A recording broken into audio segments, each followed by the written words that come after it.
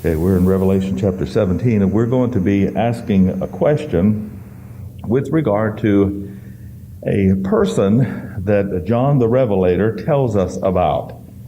And he identifies her in verse number 1 as the great whore.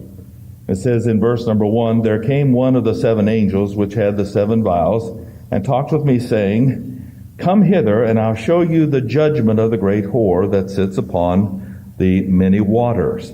So we're just going to ask the question, who is she? How can we identify her in our modern world? Now, keep in mind some things about the book of Revelation. There are those churches that believe that the book of Revelation was already fulfilled way back in the apostolic era, in the first century. That it is written with some sort of code, and they understood it back in those particular times. Then there are those who believe that it simply shows progression through the church age and various characteristics of that history. But there are those then like us who are futurists. We believe that the book of Revelation has to do with an event yet future, or the contents of an event yet future, known as the tribulation period. And that from chapter 1 all the way through to chapter 22, that is basically what this book is about. The tribulation, those who are the major players, what is going to happen. And we saw that there were some significant judgments. We saw the seal judgments, we saw the trumpet judgments, and we saw the vial judgments. Now, those are not the only ones, but those are some of the major ones. And last time we used the overhead, and we put them against history and showed you where we believe that they will be located according to the Scriptures. And we do that a lot, putting the Scriptures against history. This gives us orientation. So these are things yet future. And we saw, too, that sometimes God will take us in this book to one point in history, like early on in the tribulation period, and He'll open up seal 6.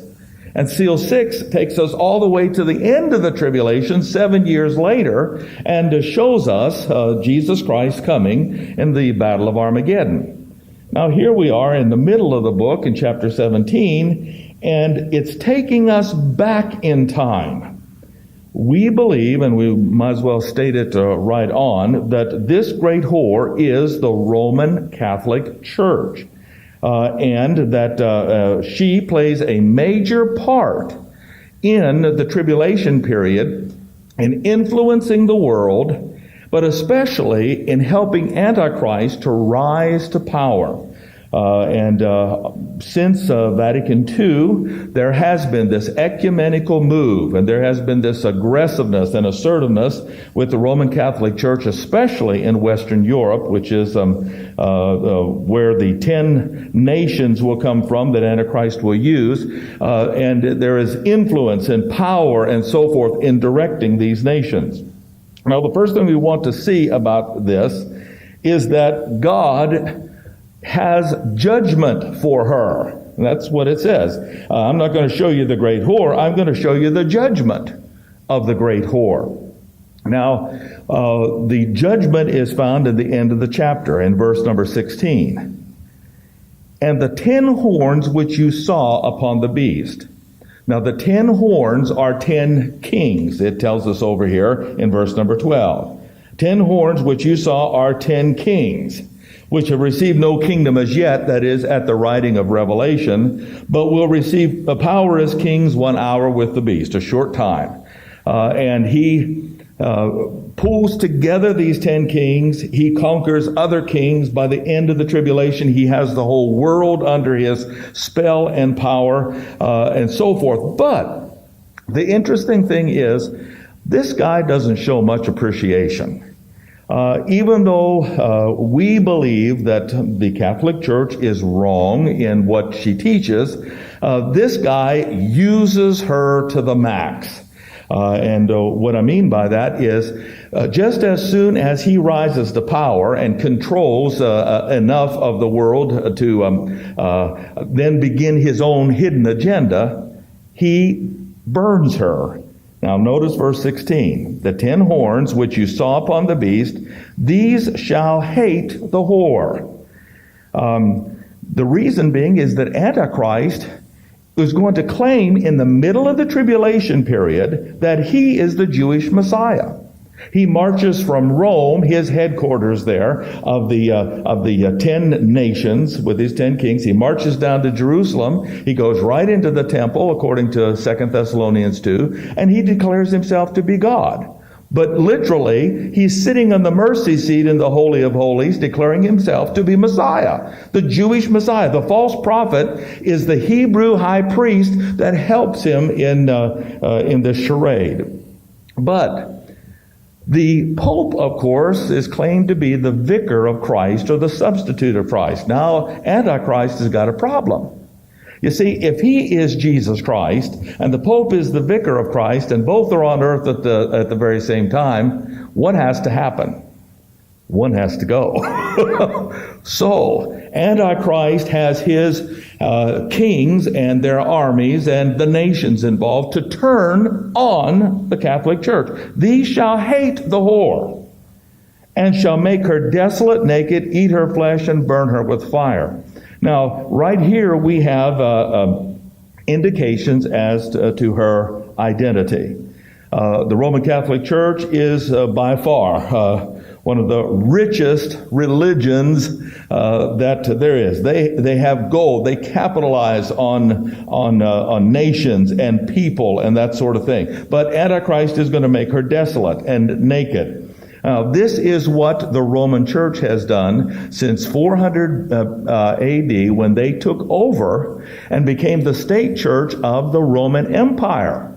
And from that time forward, they had a religious political union there where they could pretty much get away with anything. And anybody who denied the faith as they saw it, they simply got the Roman legionnaires to go and get them and burn them at the stake.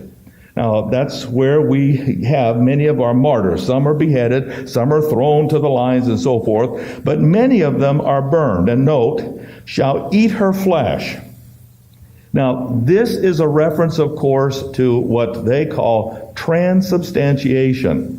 They believe that every time they take communion, that their priest has the power of incantation, has mystical powers to turn the bread and the wine into the literal, real presence of Christ. It tastes like grape juice, but it's really blood. Tastes like a wheat wafer, but it's really the flesh of Christ. And so eat her flesh. Now, this is eye for an eye, tooth for a tooth type deal. Flesh for flesh. You're going to eat the flesh of my son, says God. I'm going to have them eat your flesh. And note, you're going to burn martyrs with fire, burn her with fire. So her identity is beginning to be unveiled here.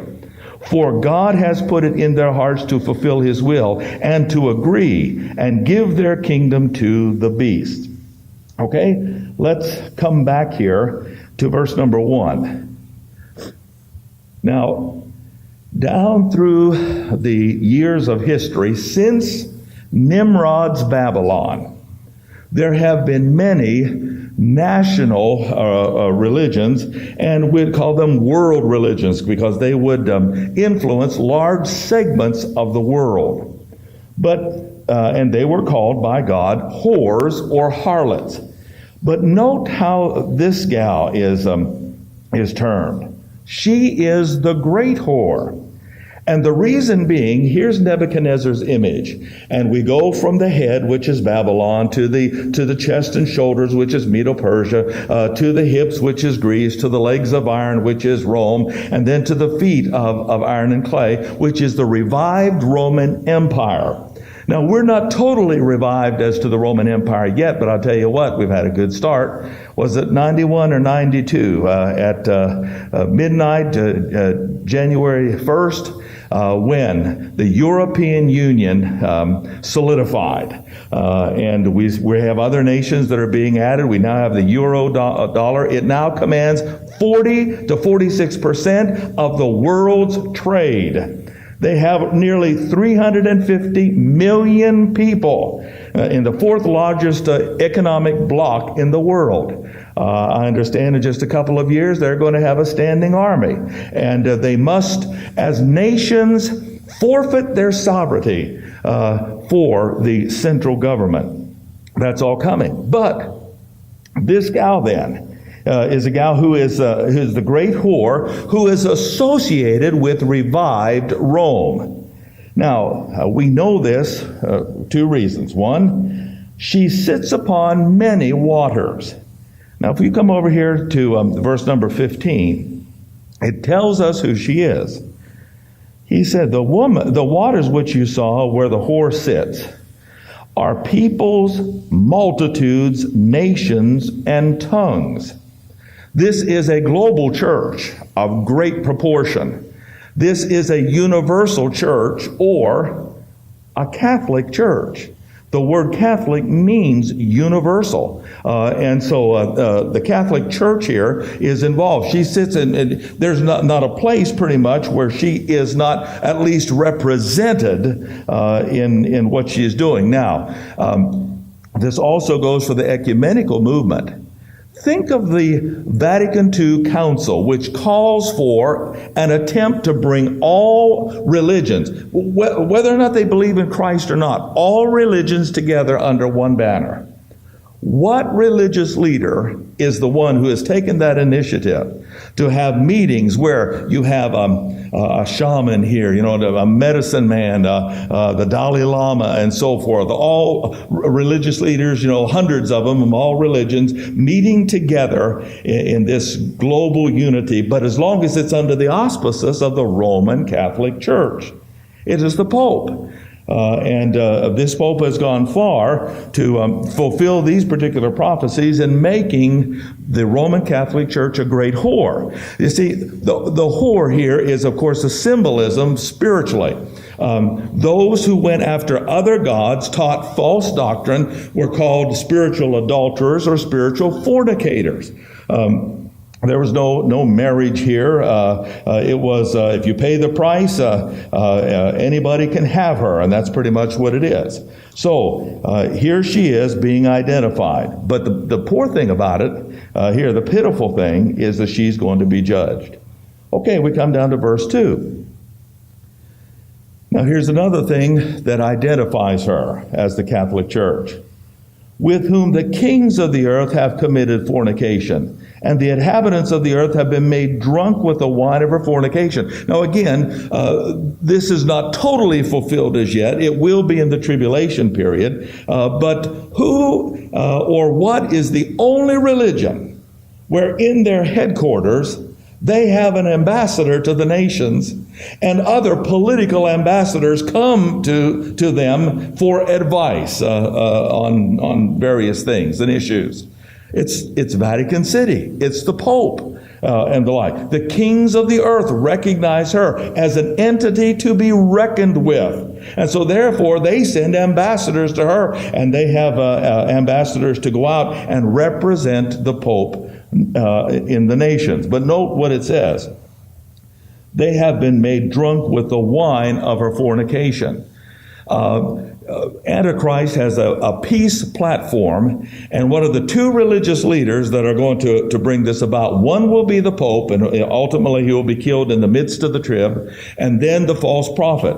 But they deal with the kings of the earth on this peace platform, and this is called the wine of her fornication. Sure, we're going to acknowledge her, and we're going to give her accolades and praises and so forth, because she's bringing together world peace. And of course, it's never going to happen until Jesus Christ, the Prince of Peace, comes back. Now, let's go to verse number 3. So he carried me away in the spirit into the wilderness. Now we're going to note a little change here. Up until this point, we have a whore sitting on many waters. But now we're going to have a woman sitting on the beast. And it's in the wilderness here. And of course, when you have the waters, as it says here, they reflect the nations and the like. When you have the wilderness, you have something that is spiritually dry, no life, no presence of life there. It's a wilderness. And it says, I saw a woman. Now, why is there a difference between her being a whore now and being a woman? The difference is this. When she prostitutes herself for all religions, bringing them under one banner, she's called a whore. But in actuality, she herself does not compromise her own religious structures. And in that, she's called a woman. And you'll note, when she's called a woman, where does she ride? On the waters? No. She rides on a scarlet-colored beast. You see, she maintains her identity as this dignified woman, and with all the structures and systems and the like in place, representing the organization of the Roman Church. She sits upon a scarlet-colored beast. Now, who or what is this beast? Now, you have to remember, in the book of Revelation, a distinction is made. Sometimes it's difficult to distinguish, but a distinction is made between the beast, the man, over the organization, and the beast, the organization. Now, what do I mean by that? Hold your place here. Come back to chapter 13.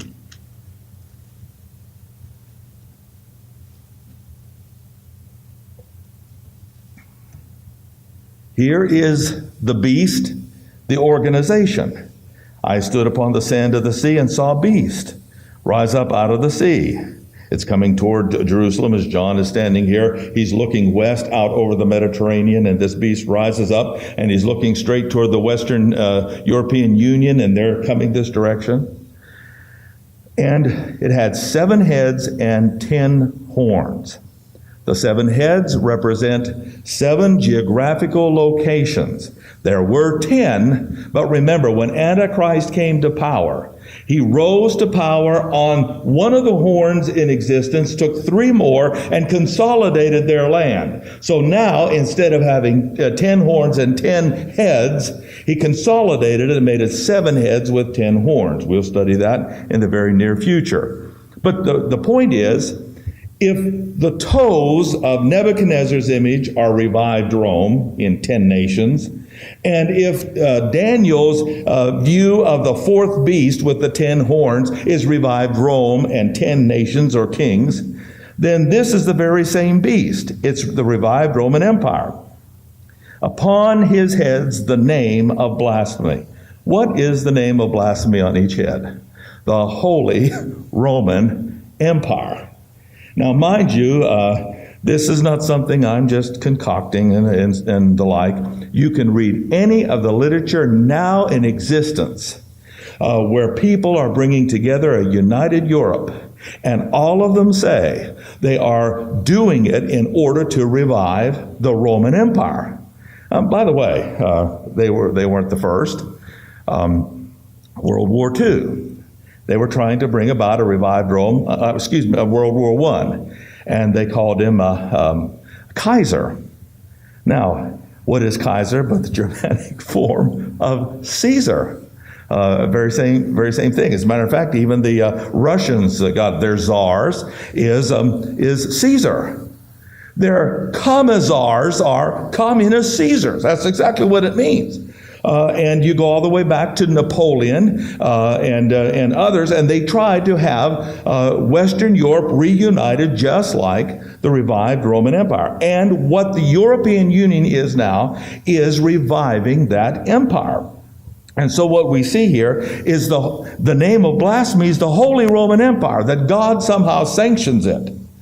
Now, it says the beast which I saw was like a leopard and a lion and a bear and so forth. But note the last part of the verse. The dragon gave him his power and his seat, meaning his throne, and great authority. Now we go from the beast, the organization, to the beast, the man. Both are called beasts. They're intimately united. There's an identity there with both of them, and yet technically they are separate. And so, verse 4, they worshiped the dragon, which gave power to the beast. They worshiped the beast as well. Okay, now let's come to chapter 17 again.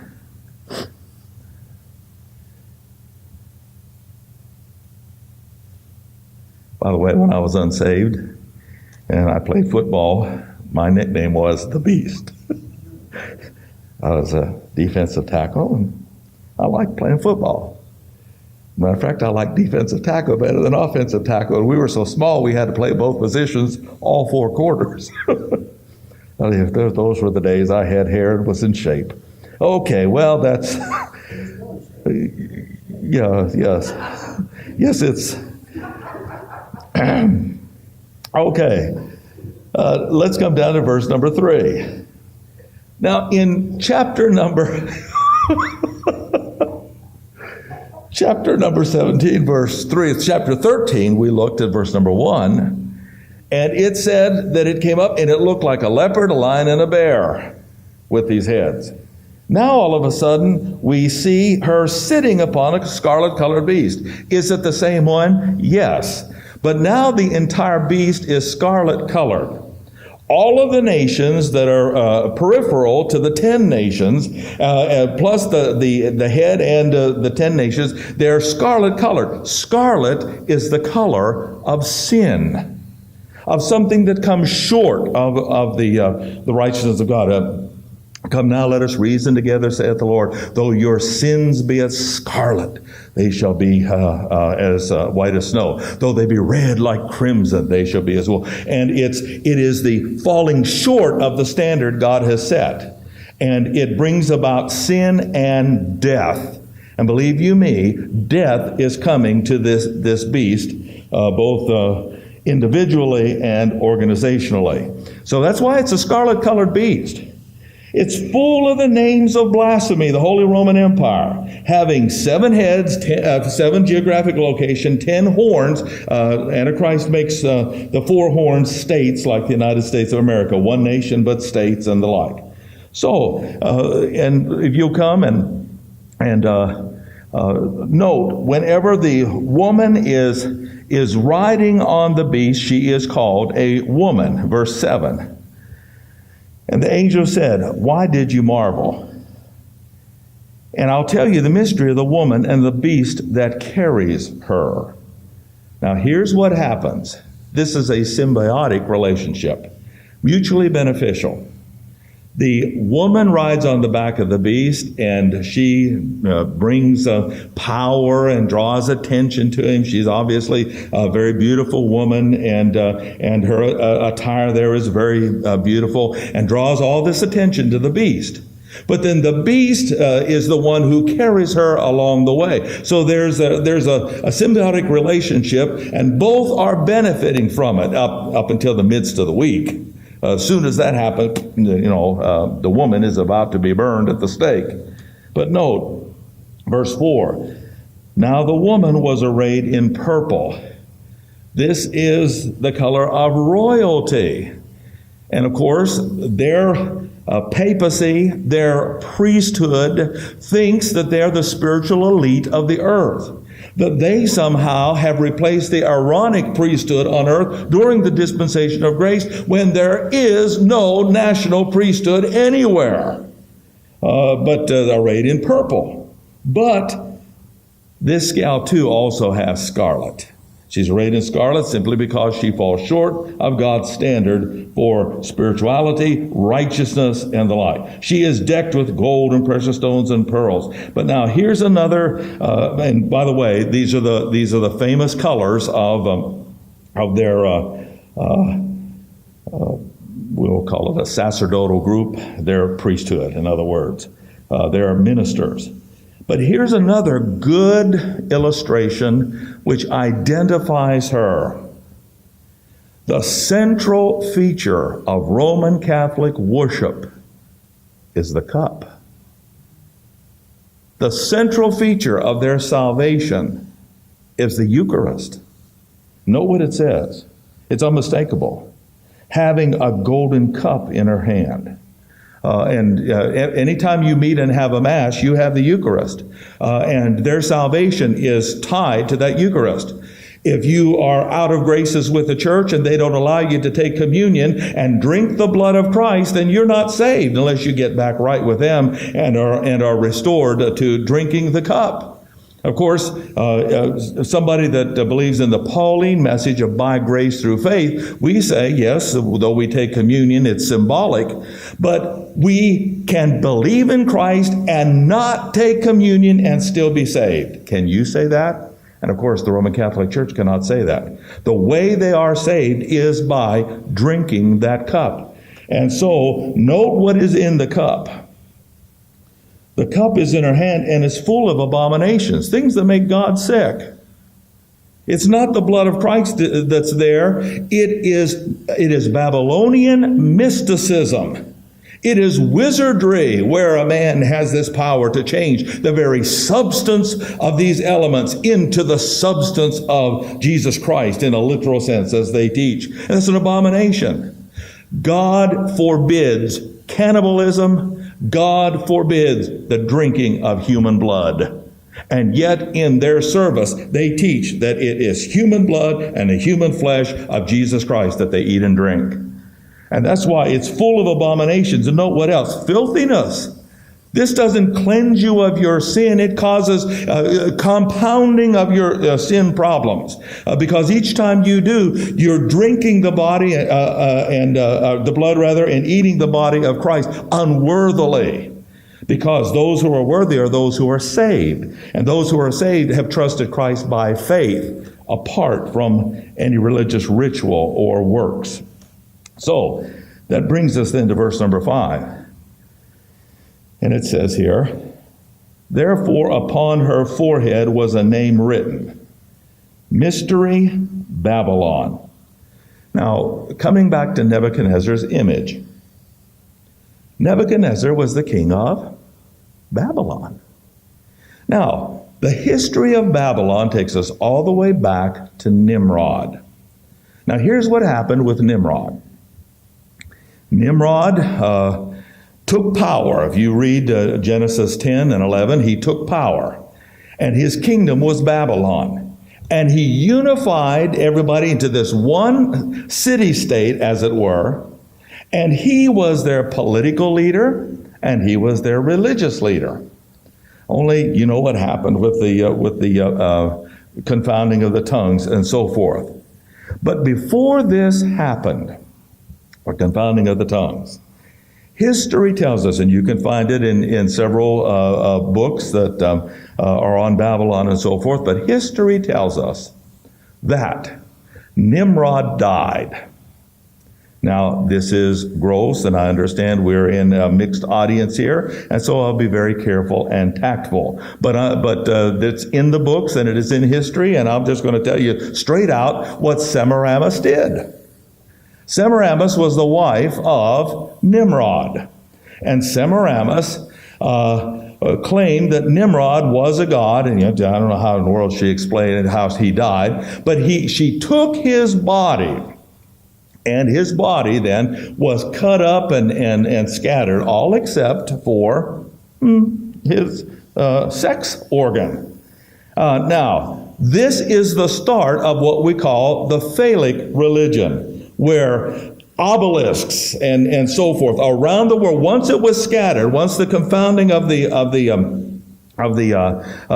languages and the scattering of the nations happened, they took this same thing that Semiramis taught them, his wife, and took it, and so you can find this all over the world.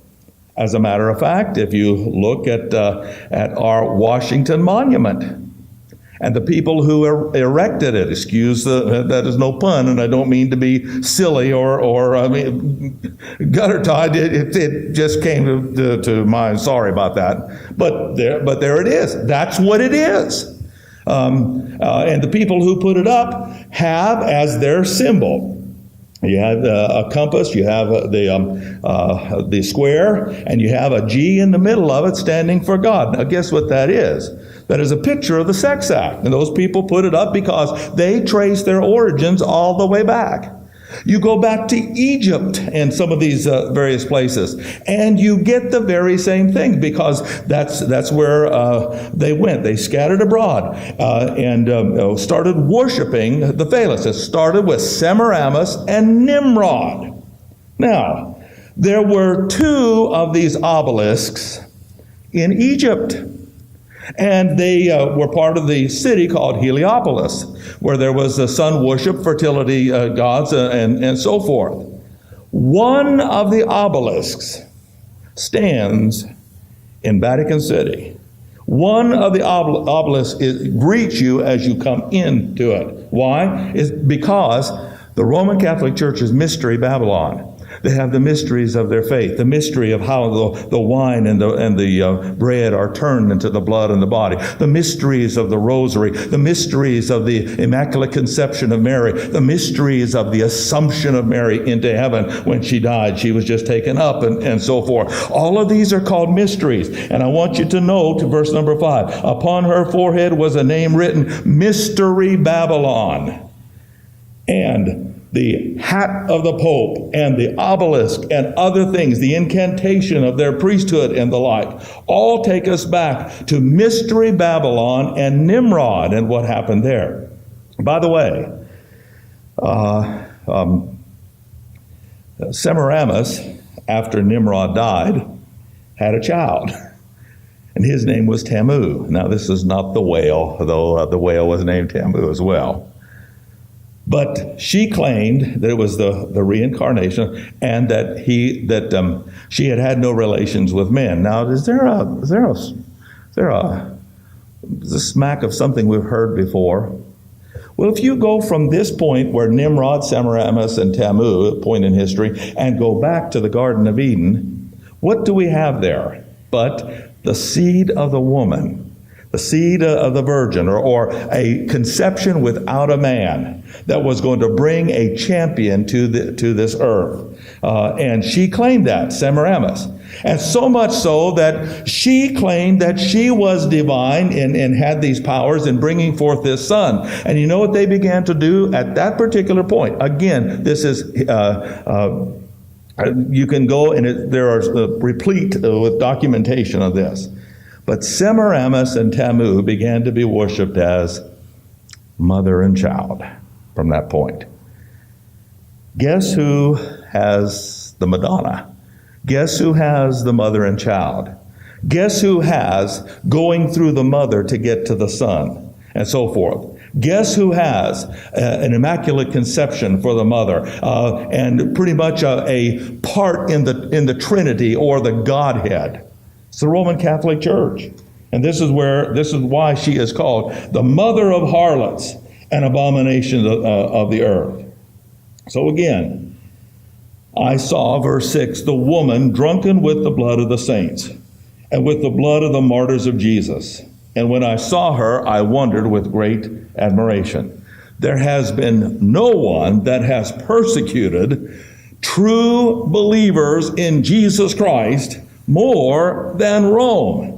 Once I became a Christian, I used to have my coach, I would witness to him, and he would say, he said, there have been more scams and more people murdered in the name of the church. And I could think, how can I answer this guy? Until I realized what church he was talking about. I was going to say, at that point, I was a member of a little dinky church in West Brownsville, Pennsylvania. I said, we haven't killed anybody. We didn't do any of these things. But he was talking about the Roman Catholic Church, very educated man and so forth. She is the one who has persecuted. And by the way, one of the reasons that she is identified here as a woman is because one of the main characters in Roman Catholicism is not Jesus Christ, but is Mary. Mary dispenses grace. Mary brings works up to Jesus Christ and so forth. It was this woman then that killed. In the name, the woman, the organization killed the saints and so forth. That's interesting, isn't it? As the whore, anything goes. Any doctrine is believed. Ecumenical, we accept you all. Oh, let's have a one world religion. Well, you can still believe what you want to. Just come under the auspices of the Roman Catholic Church. But as the woman, what does she do to true believers? Kills them.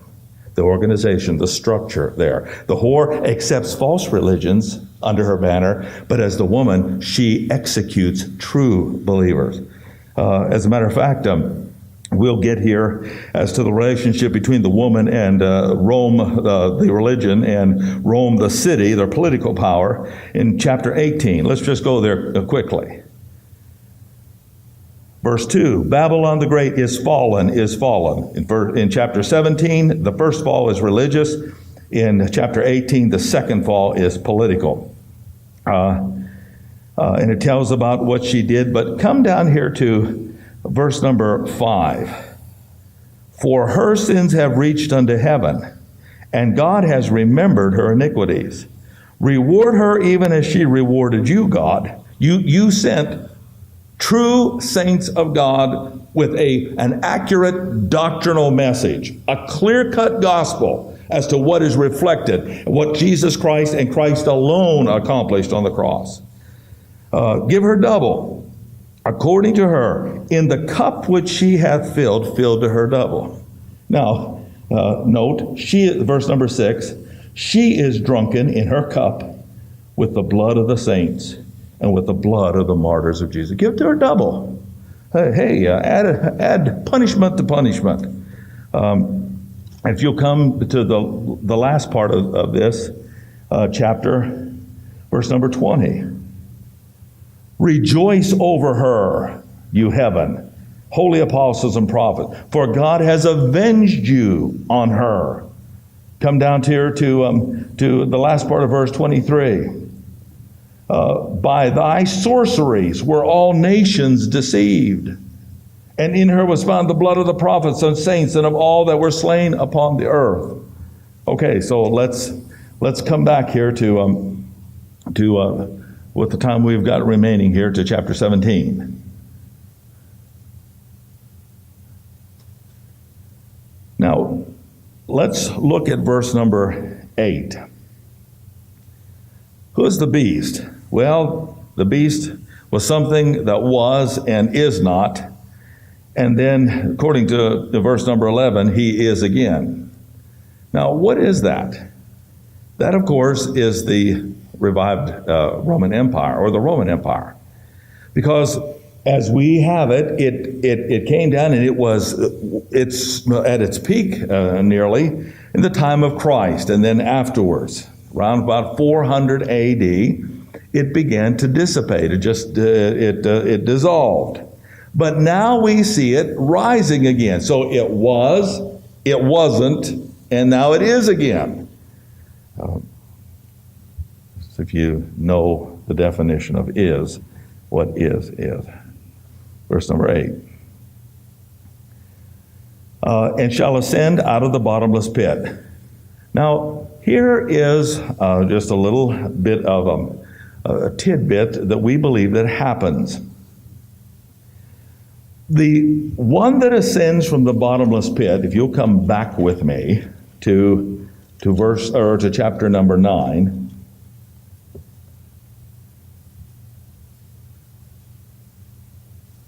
And it says in verse 1, a star fell from heaven to earth, and he was given the key of the bottomless pit.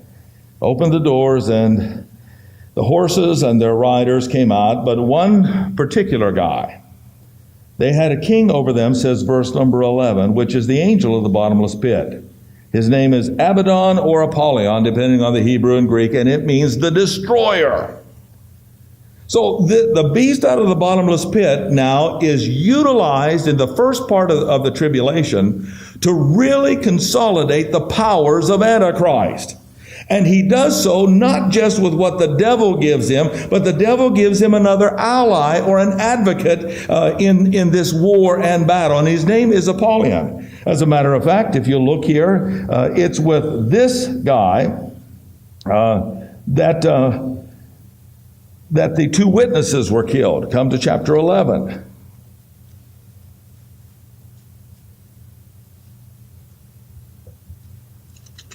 Chapter 11, and it says, verse 7, and when they, the two witnesses, have finished their testimony, the beast that ascended from the bottomless pit shall make war against them, overcome them, and kill them. Now, what John is doing in chapter 17, when it talks about the beast that was and is not and now is, and ascends out of the bottomless pit, Antichrist gets help. Come back with me to the book of Daniel, chapter 11.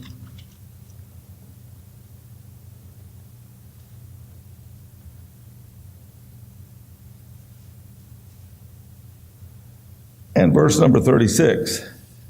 the king will do according to his will.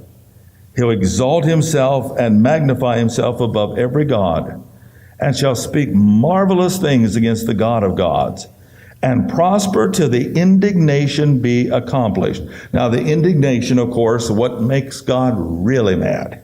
He's made him mad up to this point, but now he's really mad, is the abomination of desolation and the desecration of the temple to the end of the tribulation.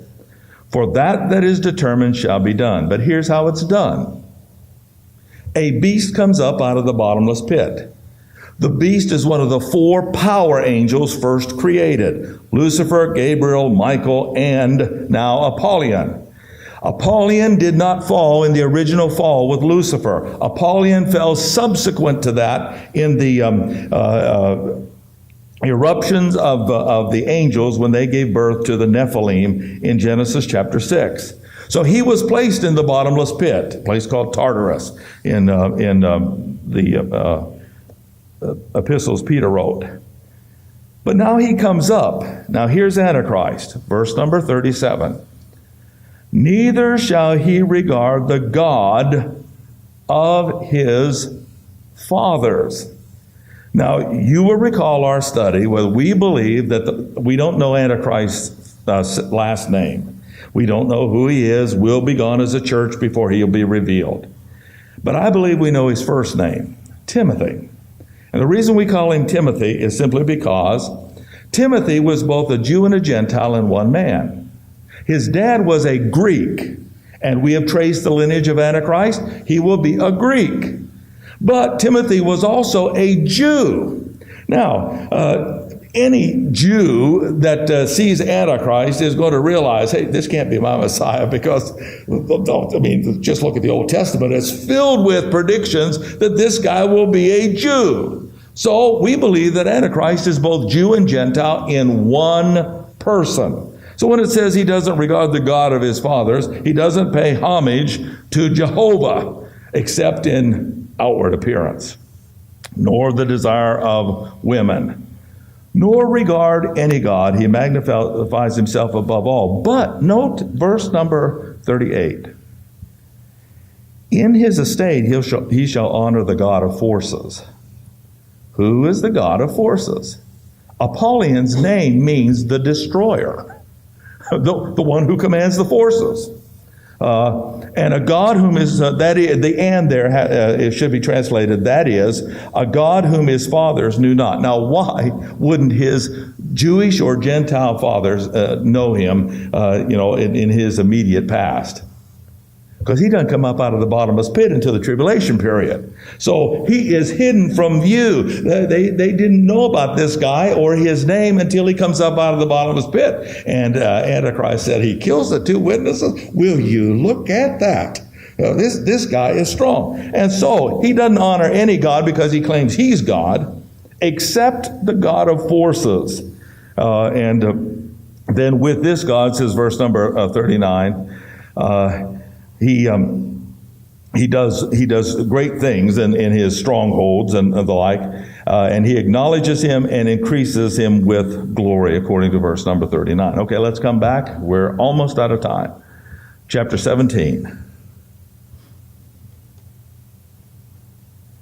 So this is the story then about how the organization, the empire, is spoken of here. Not the man, the beast. The empire was, it wasn't, last part of verse 8, and now it yet is. In the future, as a matter of fact, we're seeing it, in our opinion, we're seeing it come and take shape. And this is where the woman sits. Verse number 9, and we're done. Here's the mind of wisdom. The 7 heads are the 7 mountains on which the woman sits. And next time we'll start here into our perusal of chapter 18. We'll start here and see that mountains in the Scripture are national entities. But also it's interesting that there are 7 mountains that the woman sits on. And over in verse number 18 it says, the woman which you saw is that great city which reigns over the kings of the earth. Rome is the city on 7 hills. And so we have a coordination, an identification with the woman and the city, which is called the Eternal City, which was the headquarters of the Roman Empire, and will be seen revived on.